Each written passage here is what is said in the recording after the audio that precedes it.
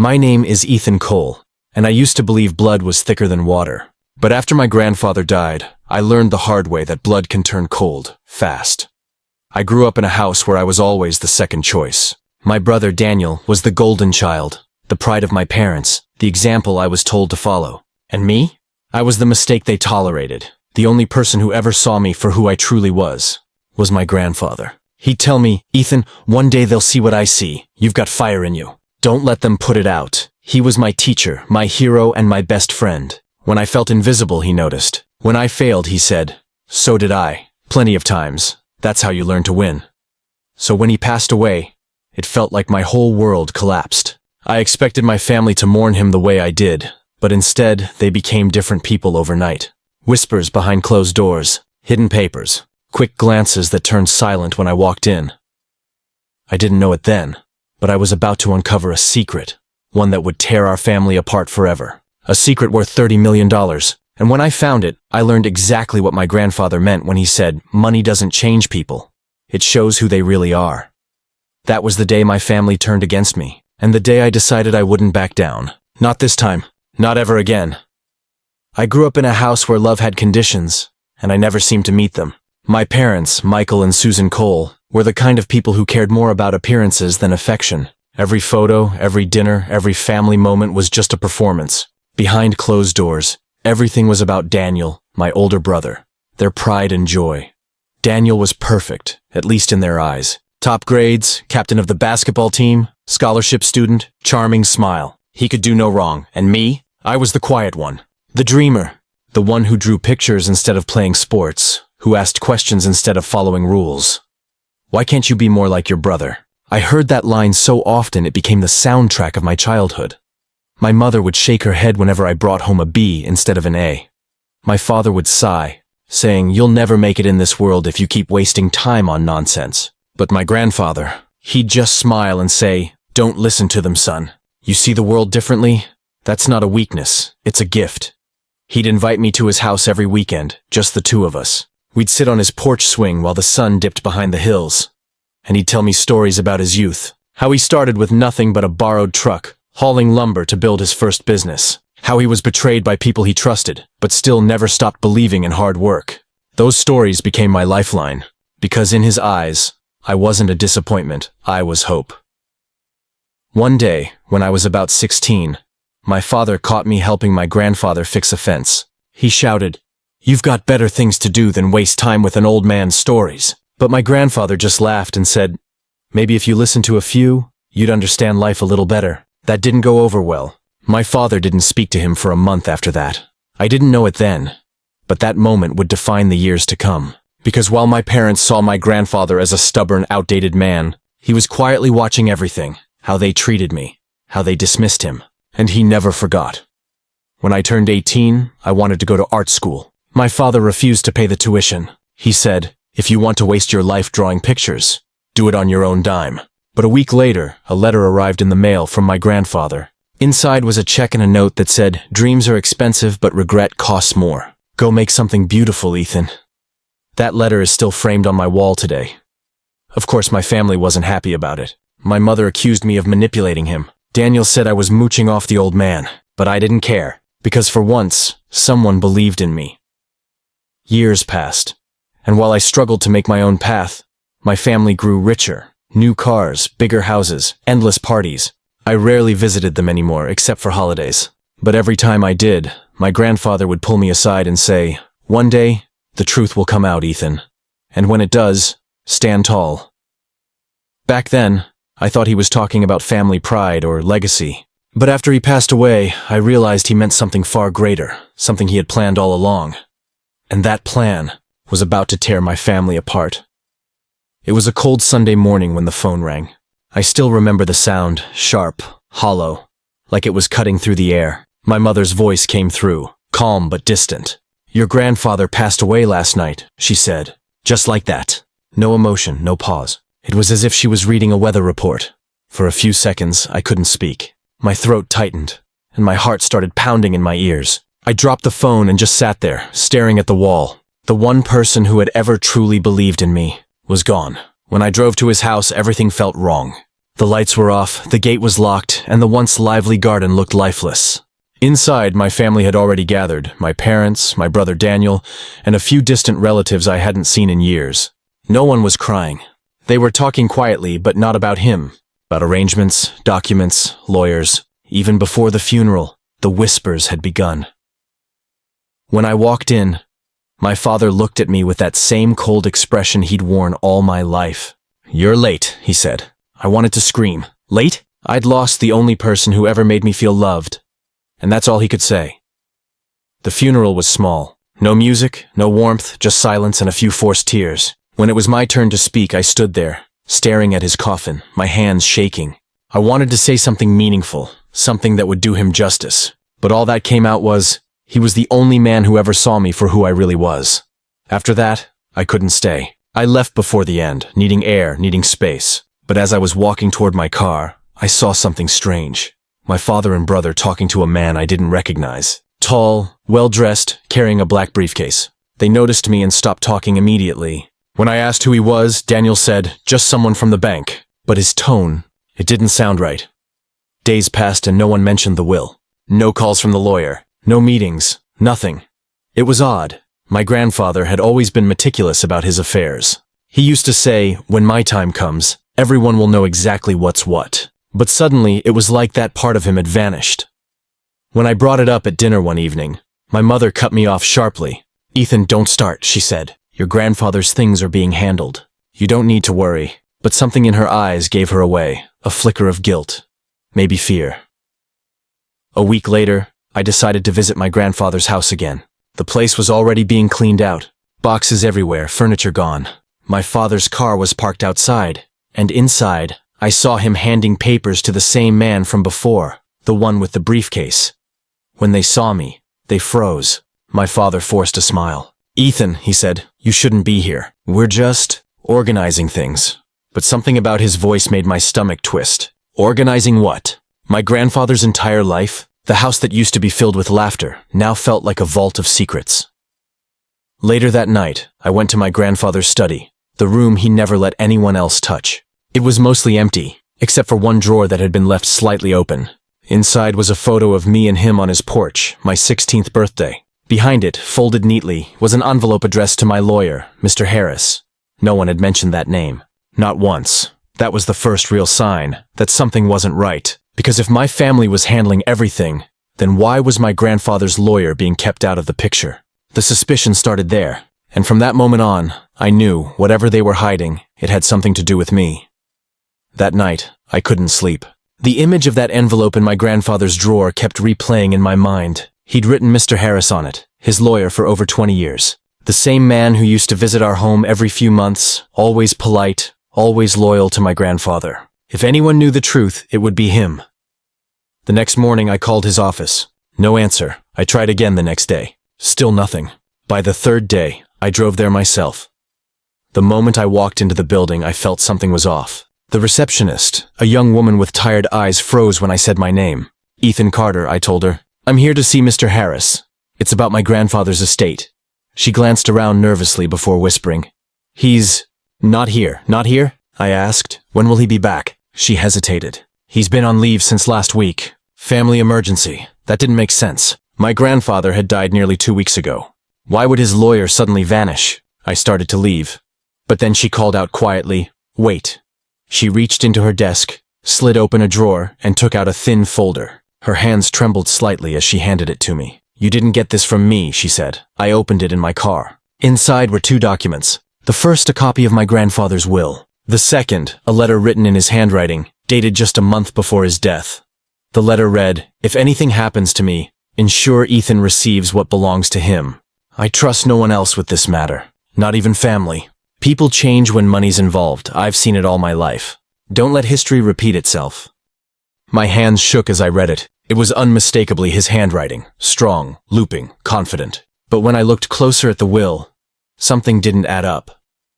The first few pages looked fine, details about his estate, properties, shares in the family business. But on the last page, where his signature should have been, there was nothing. The entire bottom half of the page had been ripped off.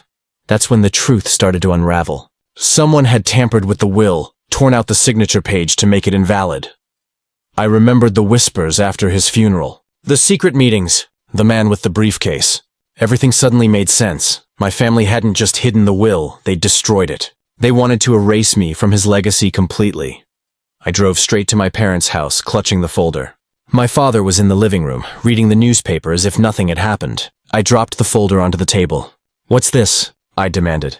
He looked up slowly. "Where did you get that?" "Doesn't matter," I said. "You lied. You all lied. You stole from me, from him." My mother came running in, her face pale. "Ethan, stop shouting, stop shouting!" I snapped. "You knew. You all knew about the will." My brother Daniel entered next, looking guilty. "Ethan, calm down.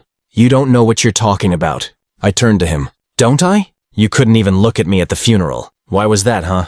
For a moment no one said a word. Then my father sighed and said coldly, "You were never meant to have it." Your grandfather was old, confused. He didn't know what he was doing. That broke something inside me. All those years of being ignored, belittled, treated like nothing, and now this? They'd stolen my grandfather's dying wish, just to keep me beneath them. I stared at each of them, my voice trembling but steady. "You can take the money. You can take the house. But you can't take the truth.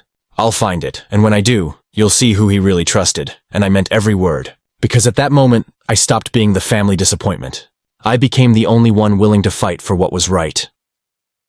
When I walked out of my parents' house that night, the sky was dark, heavy with clouds, but inside me, something had lit up, a fire I hadn't felt in years. For the first time in my life, I wasn't running away. I was running toward the truth. The next morning, I went straight to a local law firm. Mr. Raymond Cole, a sharp, calm man in his 50s, agreed to see me. He listened quietly as I laid out everything. The torn will, the letter, the lawyer's sudden disappearance. When I finished, he leaned back in his chair and said, "Ethan, if what you're saying is true, this isn't just family greed, it's fraud. And forgery. The word forgery hit me hard. I hadn't thought of it that way, but it made sense. They destroyed the signature to invalidate the will, maybe even made a new one." He asked to see the documents. As he examined them under the light, he frowned. "The paper edges, these weren't naturally torn," he said. "They were cut clean, probably with a blade. Whoever did this knew exactly what they were doing." I felt sick. This wasn't an accident. It was planned. By people I'd trusted my whole life. Mr. Cole continued, "We'll start by filing a petition to contest the current will. I'll also get a handwriting expert to verify your grandfather's letter. If the handwriting matches old samples, that's strong evidence in your favor." For the next few weeks, my life became a blur of paperwork, court filings, and sleepless nights. My family, of course, didn't take it well. I started getting calls from my mother, pleading one day, furious the next.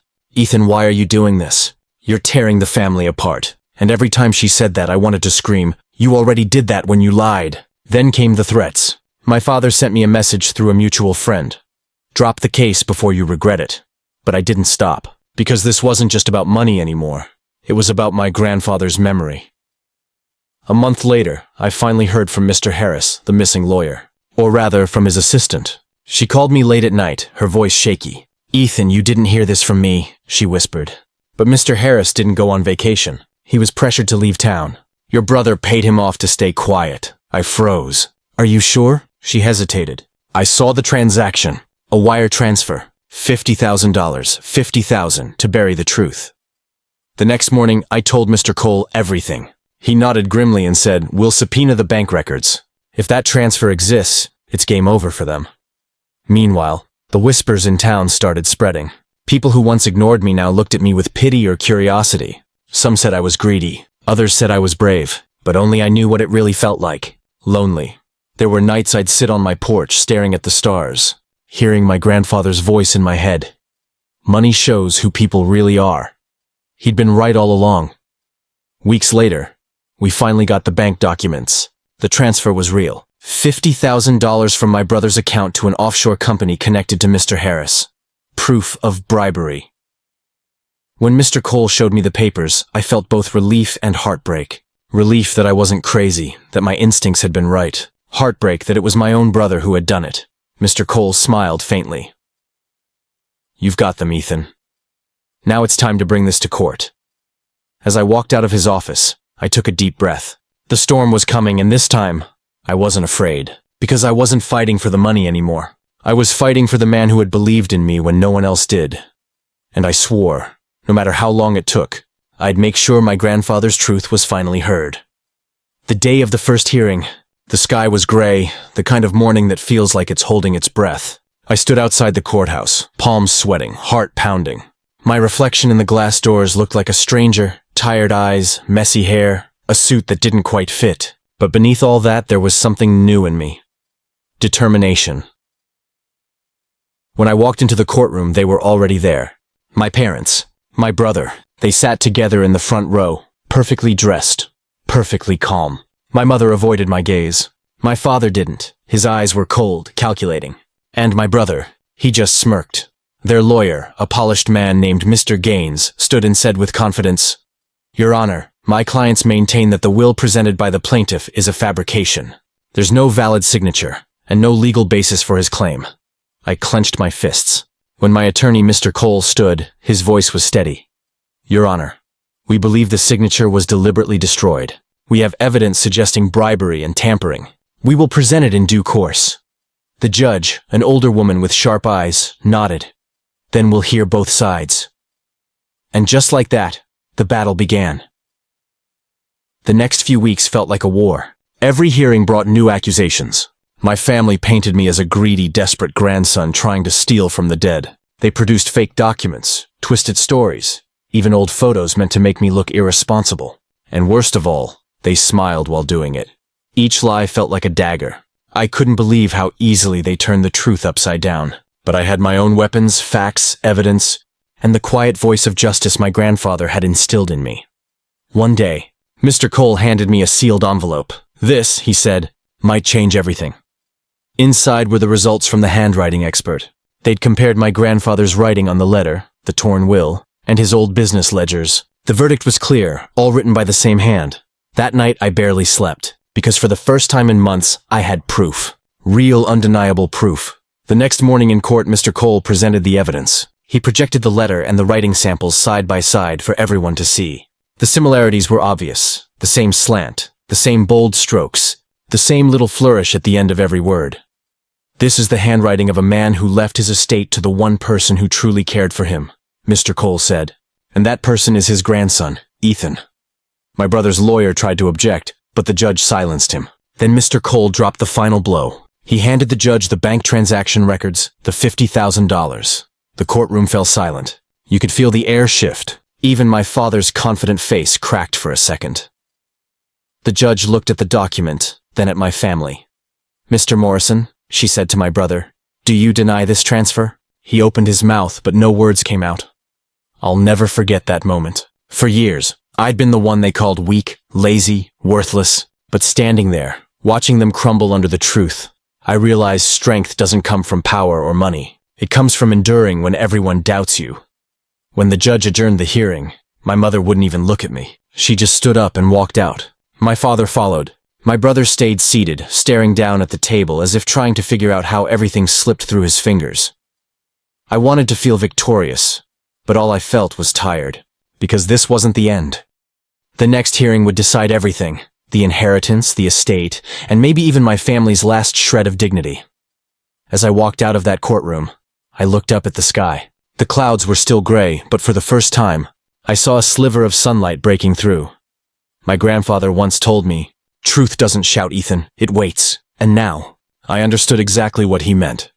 The final hearing was set for a Monday morning. I barely slept the night before. Every second felt heavy, like I was walking toward the end of a chapter I wasn't sure I was ready to close. When I arrived at the courthouse, the media was already outside. Reporters with microphones, flashing cameras, and people whispering my name. I wasn't used to attention. I'd spent my whole life being invisible in that family, and now, suddenly, I was the center of everything.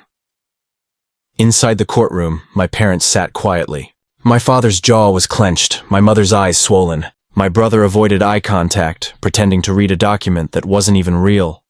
Mr. Cole leaned over and whispered, "Today, it ends." The judge entered, and the room fell silent. Mr. Cole began, summarizing our case, the tampered will, the bribe, the handwriting match, the lies. He spoke calmly, every word like a measured strike. Then Mr. Gaines, my family's lawyer, stood up, confident as ever.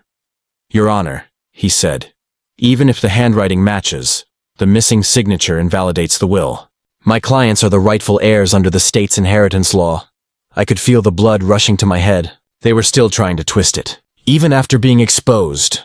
But then something unexpected happened. The courtroom doors opened and in walked Mr. Harris, my grandfather's old lawyer. The same man who had vanished months ago. The entire room turned. My mother gasped. My father froze. The judge frowned. Mr. Harris, do you have something to add? He nodded, holding up a small brown envelope. Yes. Your Honor, I've come to tell the truth. My heart pounded. He explained everything. How my father and brother had cornered him after my grandfather's death, threatening his career if he didn't hand over the original will. They forced him to tear the signature page and rewrite a false version, promising him money to stay silent. But guilt had been eating him alive ever since. This, he said, placing the envelope on the judge's desk, is the missing page, your original copy of the will. It's signed, dated, and witnessed. I kept it, just in case I ever grew the courage to do what's right. The judge opened the envelope. The courtroom went completely still. There it was. My grandfather's signature, bold, steady, unmistakable. I couldn't breathe. My mother covered her mouth. My brother muttered, "No, that's impossible." The judge read the page silently, then looked up. This document completes the will. Based on this evidence, the estate belongs solely to Mr. Ethan Carter. The words echoed through my head. It was over. My father slammed his fist on the table. You think you deserve it, after everything we gave you? His voice cracked, not out of rage, but fear. He knew it was done. I stood there, looking at them, the people I once called family, and all I felt was sadness, not joy, not victory, just an ache where love used to be. Mr. Cole rested a hand on my shoulder. You did it, Ethan. But I wasn't sure I had, because somewhere deep down, I realized winning in court didn't mean I'd won in life. As the judge closed the session, my brother turned to me one last time. You think Grandpa loved you more? You're wrong. He just pitied you. I didn't respond. There was no point. The truth didn't need my defense anymore. It spoke for itself. When I stepped outside, the air felt different, lighter. Reporters shouted my name, asking how it felt to inherit $30 million. But I didn't answer. I looked up at the sky and whispered, I hope you're proud of me, Grandpa. And in that moment, with the world watching and my family shattered behind me, I realized this wasn't the end. It was the beginning of my life without them. A life I would build, not with their approval, but with his legacy. The next morning, I woke up in my apartment, and everything felt unreal. The phone was buzzing nonstop. Journalists, lawyers, distant relatives I hadn't spoken to in years. Everyone wanted a piece of the story. But I didn't feel like the man who'd just inherited $30 million. I felt like someone who had just buried the last part of his family. I sat by the window, watching the city move like nothing had happened. Cars, people, life, all carrying on while I sat there, empty. Winning the case didn't feel like victory. It felt like survival. Later that day, I visited my grandfather's house, the place I'd spent half my childhood in.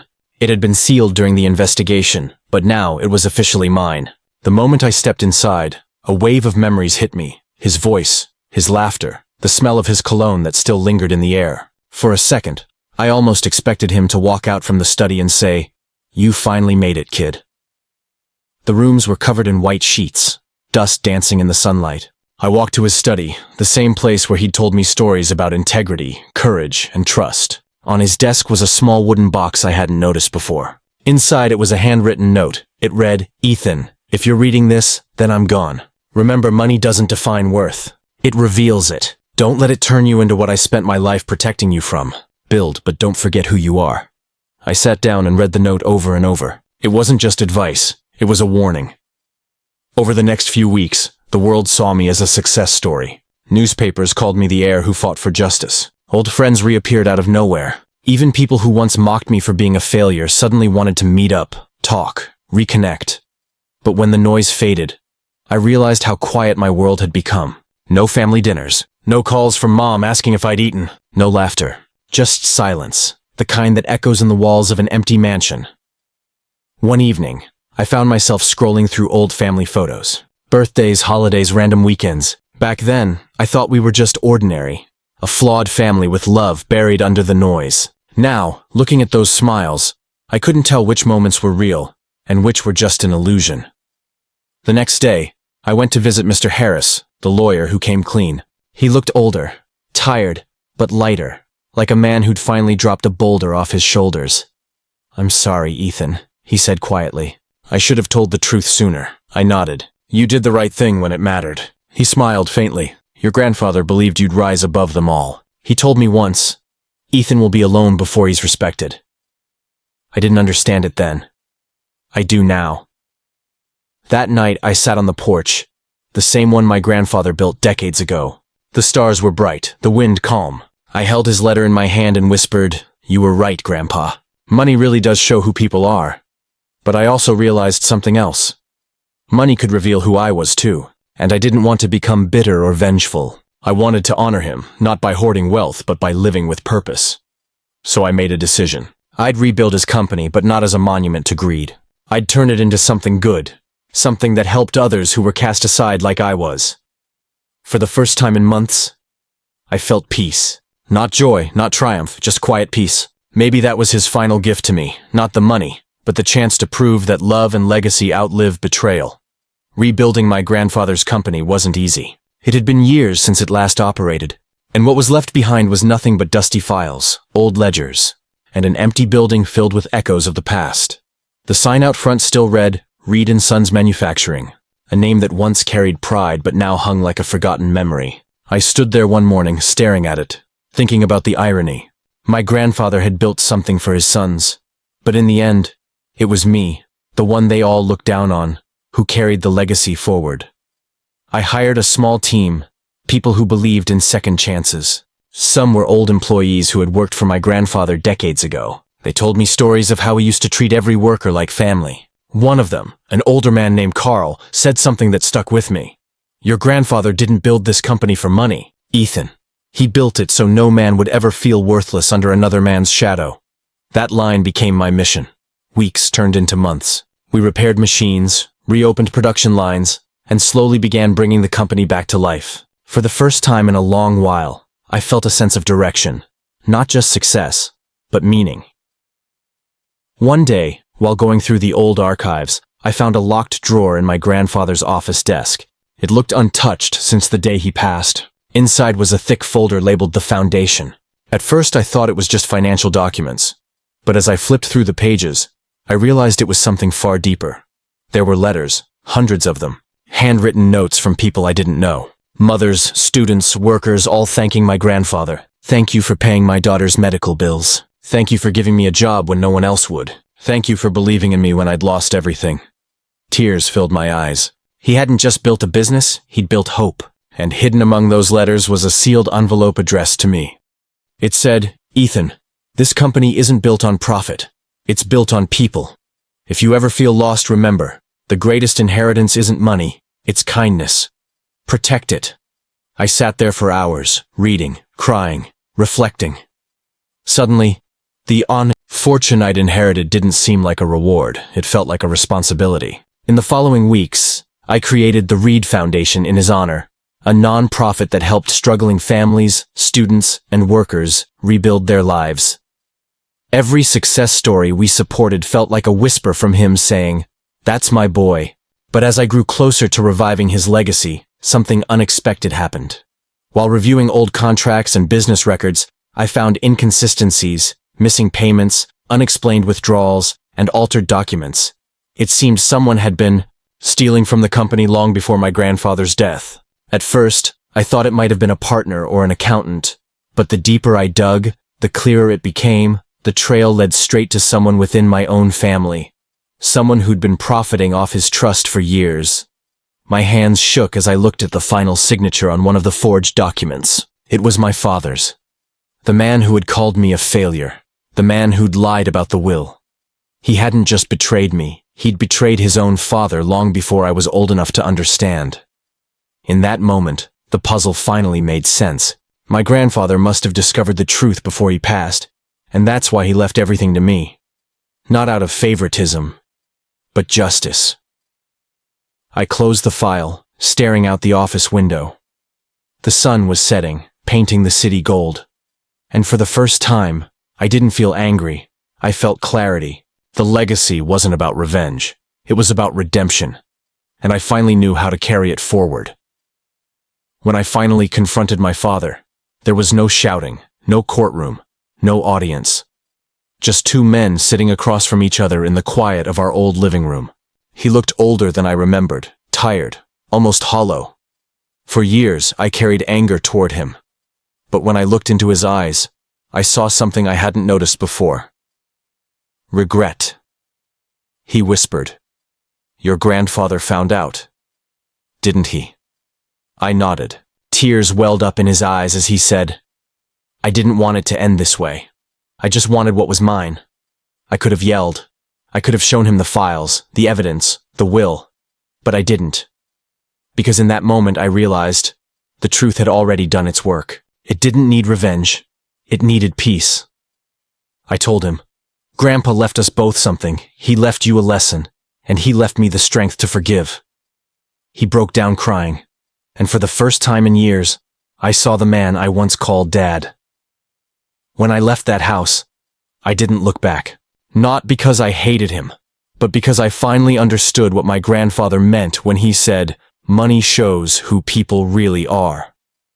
Now, I carry his name, not as a reminder of wealth, but of worth. And to everyone listening, remember this. Truth doesn't need to be shouted to be heard. Love doesn't need to be returned to be real. And the legacy you leave behind is written not in wills, but in hearts you've touched.